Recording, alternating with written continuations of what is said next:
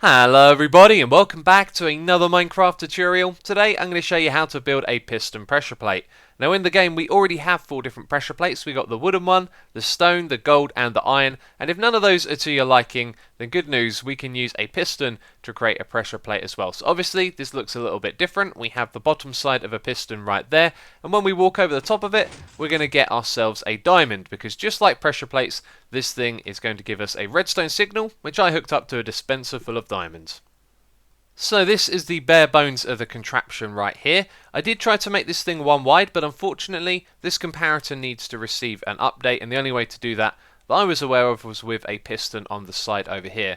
Now in the background you can see the contraption that we used in the beginning of the video, and to activate the dispenser I've simply hooked up the redstone signal to this torch up the top here, and you could probably use any of the redstone in this contraption and hook it up as your output. But if you're looking at this and you're thinking, hey, I could compact that, I could make it one wide, then be my guest. I would love to see that, but unfortunately this was the best that I could do. So before I show you how this works, I do want to explain that although this is a pressure plate, it does work slightly differently from your regular ones. Now when you stand on top of this, you're going to get an output, but it's simply going to be a pulse rather than a constant signal like the ones over there. So because of that, if we stand on it, you can see we get an output, and then when we stand off of it we get another output, so it works slightly differently. However, if you walk across it in one go, then you'll only receive one output.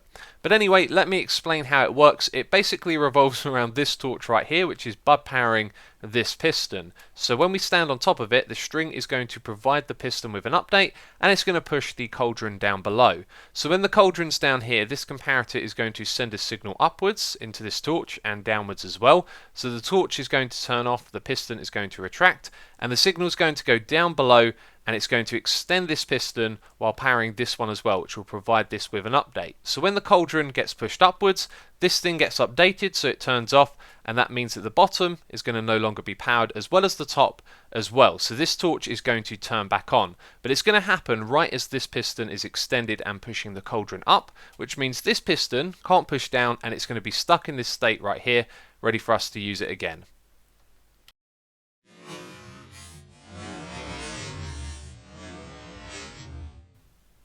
So as far as the tutorial goes, this is pretty much it. You can pause the screen and rebuild what you see. I'm just going to point out the important stuff to you. So this repeater down here is on the second setting. The comparator needs to be updated, which is why we have the piston on the side, and that's so it can see the cauldron, which needs some water in. It doesn't matter how much water, as long as there's water in there, it's going to work.